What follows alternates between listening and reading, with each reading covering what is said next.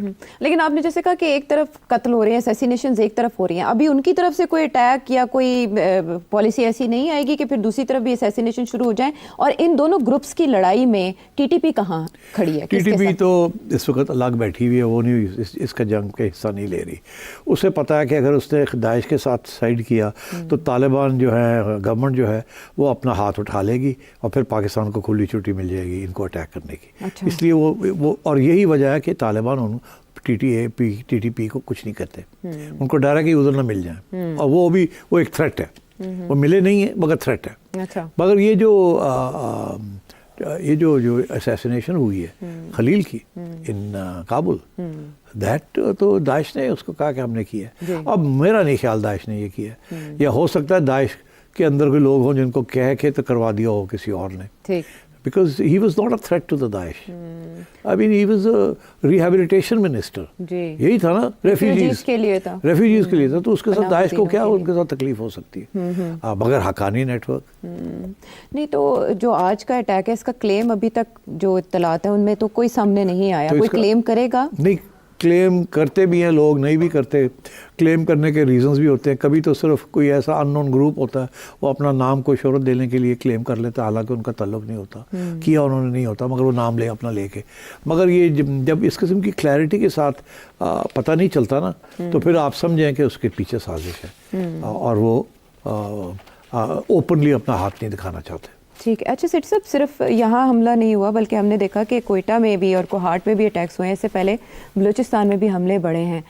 مین while ہم نے T T P کی طرف سے کھلے عام یہ دھمکی بھی سنی تھی کہ پاکستان میں حملوں کو بڑھایا جائے گا. اس سے پہلے جو ان کے امیر ہیں انہوں نے کچھ عرصہ پہلے جب انخلا ہوا امریکہ کا تو انہوں نے پاکستان پر اپنے اٹیکس میں کمی کی تھی، لیکن جیسے پاکستان کی طرف سے ایئر اسٹرائکس ہوئی تو انہوں نے حملوں کی تعداد میں اضافے کی دھمکی دی.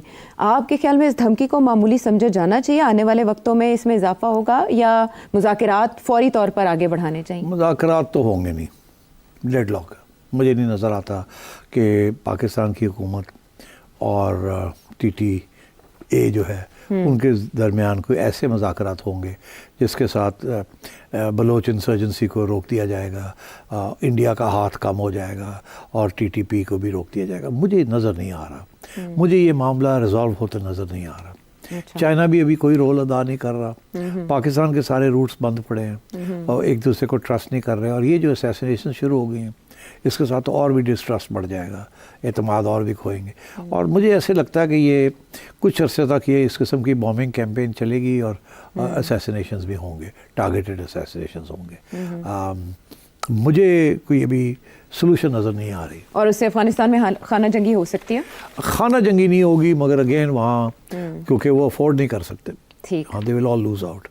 دیکھیے ابھی ہم نے ایک اور فورس ہے جس کی ہم نے بات ہی نہیں کی. وہ فورس ہے ناردرن الائنس جو پرانے زمانے کا تھا. ہاں، جہاں تاجک اور ازبیک کٹھے ہو کے شمالی اتحاد. ہاں، تو وہ ابھی کٹھے ہو رہے ہیں. تو دیکھیں گے آگے جا کے تھریٹس ان کو کیا ہوتی ہے، مگر یہ اسٹیبلٹی نہیں آئے گی افغانستان میں. سر صاحب، ہم ہمیشہ پاکستان میں پولیٹیکل پولرائزیشن کی بات کرتے ہیں، وہی موضوع گفتگو ہوتا ہے. لیکن پاکستان کے دو بڑے مسائل اس سے زیادہ بڑے ہیں اور ایک عرصے سے ہیں جب سے پاکستان بنا ہے، معیشت اور دوسرا امن و امان کی صورتحال.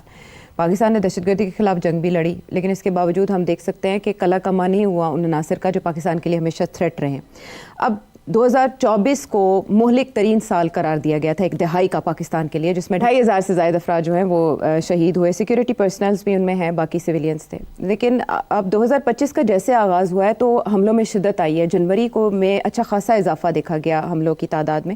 اور اب جو آج کا حملہ ہے وہ سگنیفیکنٹ اس لیے ہے کہ اس میں ایک مدرسے کے سربراہ کو ٹارگٹ کیا گیا ہے اور نماز جمعہ کی ادائیگی کے بعد مولانا حامد الحق صاحب جو کہ مولانا سمیع الحق صاحب کے صاحبزادے ہیں، ان کے بعد انہوں نے 4 سنبھالا تھا، ان کو ٹارگٹ کیا گیا. اب جو ان کی ٹارگٹ کلنگ ہے اس کے بہت سے محرکات ہیں اور ہر کوئی اس وقت یہ اندازہ لگانے کی کوشش کر رہا ہے کہ ان کی جو شہادت ہے یا ان کی جو ہلاکت ہے وہ کن عوامل کا نتیجہ ہو سکتی ہے اور اس کی جڑیں کہاں تک جاتی ہیں. اور یہ پاکستان میں جو دہشت گردی کی لہر ہے، کیا یہ افغانستان اسپیسیفک ہے یا اور بھی فیکٹرز ہو سکتے ہیں؟ تو آپ کیسے دیکھتے ہیں آج کے اس حملے کو اور دہشت گردی میں اضافے کو؟ دیکھیے، میں تو دیکھ رہا ہوں کہ کچھ عرصے سے حقانی نیٹ ورک جیسے ہم کہتے رہے ہیں، جس کے بہت سے بازو ہیں جی، اس کے اوپر اٹیک آ رہی ہے. اب اس سے قبل کابل کے اندر ان کے جو ریلیجس افیئرز منسٹر تھے طالبان کے، خلیل، حقانی صاحب، ان کو اسیسنیٹ کیا گیا، ٹارگٹ کلنگ تھی جی، اور کچھ عرصے کے لیے تو کسی نے ذمہ داری نہیں اٹھائی، مگر پھر اسلامک اسٹیٹ خراسان، IS، داعش، انہوں نے کہا کہ ہم نے اس کو ایلیمینیٹ کیا. اب کیوں کیا اس کو بتایا نہیں جاتا کیوں کیا، اس کی طرف میں آتا ہوں ابھی. اب اس کے بعد ہمارے سننے میں یہ آ رہا ہے کہ سراج حقانی جو کہ ان کے انٹیریئر منسٹر ہیں، جن کا تعلق پاکستان کی انٹیلیجنس ایجنسیوں کے ساتھ کافی کبیر عرصے سے تعلق رہا ہے، اور وہ ہمیشہ گو بٹوین رہے ہیں. سب سے زیادہ اٹیکس بھی سراج حقانی کی طرف سے اور خلیل حقانی کی طرف سے ہوتے تھے ڈیورنگ امریکن ٹائمز، اور اس کے بعد بھی ابھی بھی جنرل فیض جب گئے تھے کابل تو سراج حقانی اور خلیل حقانی سے ملاقاتیں ہوئی تھی. تو حقانی نیٹ ورک کے ساتھ ہماری انٹری تھی ٹو دا طالبان. اخندزادہ صاحب جو ہیں، جو کہ اس وقت ان کے ایڈیولوجیکل ہیڈ ہیں، اور جو جیسے خمینی ہیں ایران کے اندر، تو اخندزادہ صاحب جو ہیں ہبت اللہ، وہ جو قندھار میں ہیں، وہ ہی از دا ہیڈ. اور ملا عمر جو اس سے پہلے جو ہیڈ تھے طالبان کے، ان کے جو صاحبزادے ہیں ملا یعقوب، وہ ڈیفنس منسٹر ہیں. تو اب یہ صورتحال ہے، تو اس پہ کافی قسم کی ٹینشنز چل رہی ہیں. ایک تو اخندزادہ صاحب جو ہیں وہ کنزرویٹو ہیں، اور وہ سمجھتے ہیں کہ جو آرتھوڈاکس اسلام ہے وہی انہوں نے یہاں چلانا ہے، اور کسی قسم کی ریلیکسیشن نہیں کرنی انڈر اینی پریشر. مگر انہوں نے اپنے لوائلسٹ کو ہر جگہ پہ کرٹیکل جگہ پہ رکھا ہوا ہے. مگر اس کے باوجود پھر بھی جو لوگ ان سے پورا اتفاق نہیں کرتے کرٹیکل ایریاز میں، جیسے ڈیفنس منسٹر ہے جس کا بھی ذکر کیا ہم نے، جیسے انٹیریئر منسٹر ہیں ان کا ذکر آیا، اور ڈیفنس منسٹر جو ہیں وہ ہیں ملا یعقوب جو ہیں وہ صاحبزادے ہیں ملا عمر کے. تو اب اس قسم کی وہاں انفلوئنشل پارٹیز ہیں، اس میں کافی ڈویژنز ہیں. پہلے تو یہ ڈویژن ہے between some of these people and Akhundzada صاحب. وہ کیا ہے؟ اخندزادہ صاحب کہتے ہیں کہ خواتین کی آزادی نہیں ہونی، خواتین کی تعلیم نہیں ہونی، ہیومن رائٹس ایشوز ہمارے لیے ایشوز نہیں ہیں، فارن ایڈ ہم نے نہیں لینی. وہ بالکل ایک کنزرویٹو آرتھوڈاکس قسم کی ریاست چلانا چاہتے ہیں. یہ سب لوگ جو ہیں یہ سمجھتے ہیں کہ ہمارے تعلقات بھی ہونے چاہیے، اور اسلامک اسٹیٹ ہم بنائیں گے مگر اس پہ فارن ریلیشنز بھی ہونے چاہیے، اور کچھ ایسی چیزیں ہیں جو کہ we should consider. For example women's education, human rights, تھوڑا بہت میڈیا کی آزادی اینڈ سو آن. اچھا، تو یہ میجر ڈفرینس ہے. یہ سب لوگ ایک طرف ہیں آن دیز ایشوز، اور اخندزادہ صاحب دوسری طرف ہیں. پھر ایک اور بھی ایشو ہے. کیا؟ اب اس میں یہ ہے کہ یہ جو دوحہ والے ہیں، جن لوگوں نے دوحہ کے اندر امریکہ کے ساتھ بیٹھ کے مذاکرات کیے تھے for the exit of the Americans, ان میں ملا عبدالغنی برادر صاحب ہیں، ملا برادر تھے، اور اسٹینکزائی صاحب. اسٹینکزائی صاحب جو تھے وہ ڈپٹی فارن منسٹر رہے ہیں، اور برادر صاحب جو ہیں وہ تو ڈپٹی پرائم منسٹر ہیں. اچھا، وہ یہ کہتے ہیں کہ جی ہماری وجہ سے آپ کو یہ موقع ملا یہاں آنے کا، اور وہ بھی یہ سمجھتے ہیں کیونکہ ان کے انٹرنیشنل کانٹیکٹس تھے، وہ بھی چاہتے ہیں کہ انٹرنیشنل کمیونٹی کے ساتھ بات چیت رہے، امداد لی جائے، اور ماڈرن اسٹیٹ بنایا جائے. کنزرویٹو ہیں مگر وہ ان کا جو ایمفسس ہے وہ سلائٹلی ڈفرینٹ ہے. تو اخندزادہ صاحب ان کو بھی ٹرسٹ نہیں کرتے، اور وہ کہتے ہیں کہ ہمارا بہت بڑا رول تھا. اچھا، یہ ساری چیزیں جو ہے انٹرنلی چل رہی تھی، اور مگر باہر نہیں نکلتی تھی، کوئی اوپن ریوولٹ نہیں تھا کوئی، مگر یہ کلیئر تھا کہ ڈفرینسز آف اوپینین ہے کہ کیسی ریاست بنانی چاہیے. اچھا، اس صورت میں اخندزادہ صاحب جو ہے وہ بڑی ہارڈ لائن لے رہے تھے. ابھی حال ہی میں اسٹینکزائی صاحب جو ہیں انہوں نے باتیں شروع کر دی کہ خواتین کی تعلیم ہونی چاہیے، ان کے اوپر جو پابندیاں لگائی ہیں سخت قسم کی ہٹانی چاہیے. یہ نہیں کہ ان کو ماڈرن بنا دیا جائے، کوئی لبرل بنا دیا جائے، مگر صرف اتنا ہی کہ یار یہ اس قسم کی پابندیاں آج کل کے دور میں، اور اوپر سے انٹرنیشنل کمیونٹی جو ہے وہ شور ڈالے ہوئے ہیں، اور انٹرنیشنل کمیونٹی امداد دینا چاہ رہی ہے، ڈپلومیٹک ریلیشنز بنانا چاہ رہی ہے. تو یہ سارے وہ لوگ ہیں جن کی انٹرنیشنل تعلقات ہیں. اخندزادہ صاحب کے بالکل نہیں تھے. یہ جو برابر صاحب ہیں، اسٹینکزائی صاحب ہیں، حقانی نیٹ ورک ہے، انہوں نے سب نے internationally they are renowned and they have contacts, اور ان کے تعلقات رہے ہیں، اور وہ چاہتے ہیں کہ اب ان کو ایکسٹینڈ کر کے افغانستان کو تھوڑا سا ماڈرنائز کیا جائے، مگر وداؤٹ لوزنگ آئیڈیالوجی. مگر وہ دوسرے صاحب جو ہیں ان کا جو گروپ ہے وہ کہتے ہیں نو. تو ایک تو یہ ٹینشن چل رہی ہے طالبان کے اندر. اسی لیے کچھ لوگ مارے بھی جا رہے ہیں, اب ٹارگٹ ہو رہے ہیں. اب تو الزام یہی لگ رہا ہے کہ یہ کوئی انٹرنل پاور اسٹرگل ہے جس میں اخندزادہ صاحب کے ہارڈ لائنرز جو ہیں وہ دیکھتے ہیں کہ اخندزادہ صاحب پسند نہیں کرتے کوئی باتیں, اور وہ شاید خود ایکشنز لے رہے ہیں ان لوگوں کے خلاف.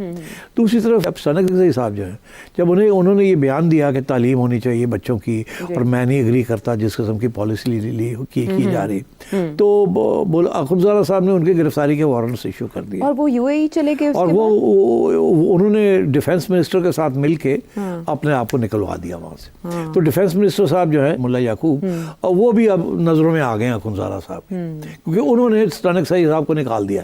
اب وہ دبئی میں جا کے بیٹھ گئے. اب وہ کہہ تو نہیں رہے کہ میں خلاف ہوں, مگر وہ ظاہر ہے سب یہی کہہ رہے ہیں کہ یہی وجہ تھی کہ وہ نکلے. اب وہ کہہ رہے ہیں آڈیو آئی تھی ان کی جس میں مگر انہوں نے یہ کہا تھا کہ میں نے انہوں نے الزام اخندزادہ صاحب کے اوپر نہیں لگایا, مگر انہوں نے یہ کہا کہ میں سمجھتا تھا کہ میری گڑبڑ ہونے والی ہے تو بڑھ نکلا ہے. مگر ابھی تو وہ یہ کہہ رہے ہیں صرف کہ جی میں بیمار ہوں. اچھا, مگر یہ ڈفرینسز تو ہو گئے نا اب, تو یہ بڑھیں گے, یہ کم نہیں ہوں گے, کیونکہ اب لوگ مارنے شروع کر دیے ہیں. جی, اب وہ جو مر رہے ہیں وہ ایک سائڈ کے لوگ مر رہے ہیں, ایک سائڈ کے مر رہے ہیں, دوسری سائڈ کے نہیں. اچھا, تو یہ because what ever the reason, because دوسری سائڈ جو ہے وہ بڑی پاورفل سائڈ ہے. اس کے باوجود کہ جو ڈیفینس منسٹری ہے اور انٹیریئر منسٹری جو ہے وہ اپوزیشن کے پاس ہے, ان کے وہ لوگ جو تھوڑے سے لبرل ہونا چاہتے ہیں, مگر جو آرمی جو ہے نا, ڈیفینس منسٹری اپنی جگہ پہ, پر جو کمانڈرز ہیں لوکل وہ basically they are loyal to Akhundzada. Okay, hardliners ہیں وہ, اور شریعہ, ہاں اسلامی شریعہ, اس قسم کی وہاں سچویشن ڈیولپ ہو رہی ہے. اور یہ صاحب جو خلیل صاحب جو ہیں جو مارے گئے ہیں, یہ پہلے, اور خلیل حقانی صاحب تب, اور آج حامد الحق صاحب. اصل میں حامد الحق صاحب پاکستان میں یہ کام کر رہے تھے کہ وہ بھی عورتوں کی تعلیم کے, ان کا جو بہت امپورٹنٹ رول تھا, اور میرا خیال ہے اسی وجہ سے ان کو ایلیمنیٹ کر دیا گیا. ان کا رول یہ تھا, یاد رہے کہ یہ حقانی نیٹ ورک ہے کیا. جی, حقانی نیٹ ورک کے جو سب سے جو فاؤنڈر جو تھے حقانی صاحب, وہ JUI کے فاؤنڈر تھے. لوگوں کو نہیں پتا کہ JUI کے اندر حقانی نیٹ ورک, جو بعد میں حقانی نیٹ ورک بنا ہے, اس وقت grandfather of this gentleman who was killed, Maulana Sami الحق کے والد صاحب عبدالحق حقانی, وہ تھے جو کہ فاؤنڈر تھے JUI کے. انہوں نے ہی یہ دارالعلوم جو ہے یہ حقانیہ بنایا. تو یہ سمیع الحق بھی اسیسنیٹ ہو گئے, ان کے صاحبزادے بھی اسیسنیٹ ہو گئے. سمیع الحق صاحب کا بھی تعلق ہماری انٹیلیجنس ایجنسیوں کے ساتھ بہت لمبا چوڑا تھا, اور شاید ایک ایسی سٹیج آئی جیسے لگا کہ یہ ہم پرابلم کریٹ کر رہے ہیں, یا ایک سائڈ کے لیے یا دوسری سائڈ کے لیے, تو ان کو ایلیمنیٹ کر دیا گیا. ان کو بھی اسی لیے ایلیمنیٹ کیا کہ یہ بھی ایسے لگ رہا تھا کہ یہ بھی ہماری اسٹیبلشمنٹ کے قریب ہے, کیونکہ ان کا جو آگے جو ایک وقت جا رہا ہے ملنے کے لیے, ان کے اندر ان کا بھی رول تھا کہ یہ بھی جائیں گے. یہ پہلے بھی ایک ڈیلیگیشن لے کے گئے تھے, اور ابھی بھی یہ بھی اسی قسم کی باتیں کرتے تھے کہ انٹرنیشنل کمیونٹی کو منایا جائے, کہ ریکگنائز کیا جائے, اور طالبان جو ہے ہارڈ لائن فیکشن نہ کیا جائے. تو میں سمجھتا ہوں کہ یہ اب جنگ جو ہے یہ ایک قسم کی اندر تو اندرونی تو ہے, مگر جن لوگوں کے زیادہ تعلقات تھے پاکستان کی انٹیلیجنس ایجنسیوں کے ساتھ, ان کو ایلیمنیٹ کیا جا رہا ہے. تو یہ بھی تو ایک میسج ہے پاکستان. دس از اے میسج. اسی لیے گنڈا پور صاحب کب سے کہہ رہے ہیں کہ میں نے ڈیلیگیشن لے کے جانا ہے, ابھی تک اجازت نہیں ملی ہماری اسٹیبلشمنٹ سے. ہماری اسٹیبلشمنٹ فارن آفس کہہ رہا ہے ہمارے بندے بھی ہوں گے, ہم بریف دیں گے. آپ کون ہوتے ہیں اٹھ کے جا کے یہ بات کرنے والے؟ اول تو یہ باتیں جو ہے ریاست کی ڈومین ہوتی ہے, لیول پہ ہوتی ہے, یہ آپ لوگ نہیں کر سکتے. آپ کوئی اور پتہ نہیں کیا ڈرامے کرنے جا رہے ہیں آپ. اب یہ اسیسنیشن حامد الحق صاحب, ان کی اسیسنیشن کے بعد تو مشکل ہے یہ ڈیلیگیشن جائے گی بھی کہ نہیں جائے گی. تو میں سمجھتا ہوں اس قسم کی وہاں کمپلیکیشنز ہیں.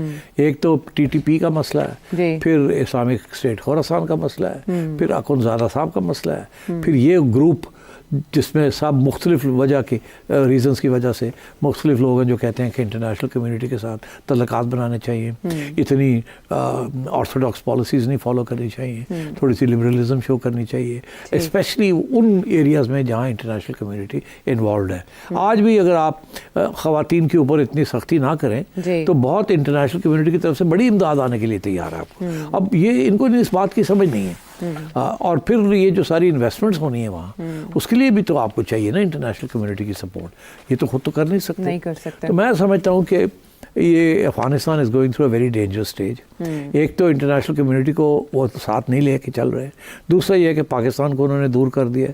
پاکستان کی مدد کیا, پاکستان کے خلاف محاذ کھولے ہوئے, TTP ایک محاذ ہے, اور نیشن شروع ہو گئی آف پیپل جن کی کہیں نہ کہیں کوئی لنکس ملتی ہے with the Pakistan and so on. کیا یہ اوپنلی گروپ بازی جو ہے باہر آ جائے گی؟ نہیں, میں سمجھتا ہوں نہیں آئے گی. میں سمجھتا ہوں اسی قسم کی اسیسینیشنز ہوں گی. اچھا, ایک دوسرے کے اوپر اسیسینیشنز ہوں گی. یہ نہیں ہوگا کہ جناب سپلٹ ہو گئی ہے اور وہ اپنے ہتھیار لے کے اور اپنی گروپ لے کے اور آرمڈ سٹرگل شروع کر دی ہے ان کے درمیان, وہ شاید نہیں ہوگا. شو میں ساتھ دینے کا شکریہ. افغانستان کا معاملہ اور اس کو لے کر ڈونلڈ ٹرمپ کی طرف سے اہم اسٹیٹمنٹ سامنے آنا کہ جو انخلا کے وقت اسلحہ چھوڑا گیا تھا اور بگرام ایئر بیس ہم اس لیے واپس لیں گے کہ چائنا پر نگاہ رکھنے کے لیے ضروری ہے. پاکستانی جو وزارت خارجہ دفتر خارجہ ان کی طرف سے بھی یہی کہا گیا ہے کہ افغانستان کی سرزمین اور اسلحہ پاکستان کے خلاف استعمال ہو رہا ہے. تو پریکٹیکلی امریکہ آگے آئے گا اس سلسلے میں؟ امریکہ کہے گا کچھ, مگر اخنزادہ نے کبھی وہ ایئر بیس نہیں دینا ہے ان کو, نہ ہتھیار واپس کرنے ہیں نہ ایئر بیس دینا. یہ ایک اور ایشو بنے گا with in the Taliban administration. کچھ لوگ ہوں گے وہ کہیں گے کہ ایک کوئی سیکیورٹی گارنٹیز ہمیں اگر امریکہ سے مل جائیں تو اور بھی بہتر ہے ہمارے لیے. تو کوئی حرج نہیں ہے ایئر بیس دینے کا, جوائنٹ کمانڈ اینڈ کنٹرول ہو سکتا ہے, کوئی نہ کوئی فارمولے نکالیں گے وہ. ڈیفینس منسٹری سے آئے گی بات یا کہیں سے, مگر اخنزادہ نہیں مانے گا. وہ دیکھیے وہ بڑا اسٹرکٹ ایڈیولوجیکل اسلامسٹ ہے. وہ سوال ہی پیدا نہیں ہوتا, جس نے امریکہ کو یہاں سے نکالا ہے وہ آپ امریکہ کو وہاں قدم اٹھانے دے گا, رکھنے دے گا, سوال ہی پیدا نہیں. تو کوئی مشترکہ حکمت عملی امریکہ اور پاکستان مل کے بنا سکتے ہیں TTP کے خلاف یا افغان حکومت کے خلاف؟ نہیں, پاکستان تو چاہتا ہے, مگر کیا حکمت عملی ہو سکتی ہے؟ یہی ہو سکتا ہے نا کہ ڈرون وارفیئر کر دیا جائے TTP کے اوپر, تو اس سے امریکہ کو کیا ملے گا؟ امریکہ تو بیس چاہتا ہے, اپنے ہتھیار چاہتا ہے, وہ تو اس کو ملنے نہیں ہے. تو پاکستان جب تک افغانستان کو کانکر نہیں کر لے گا تو اس وقت تک تو نہیں ملے گا وہ. تو اس لیے میں سمجھتا ہوں کہ یہ دھمکیاں ہیں, نیگوسیشن ٹیکٹکس ہیں اور کچھ نہیں ہے. ملنا امریکہ کو کچھ نہیں.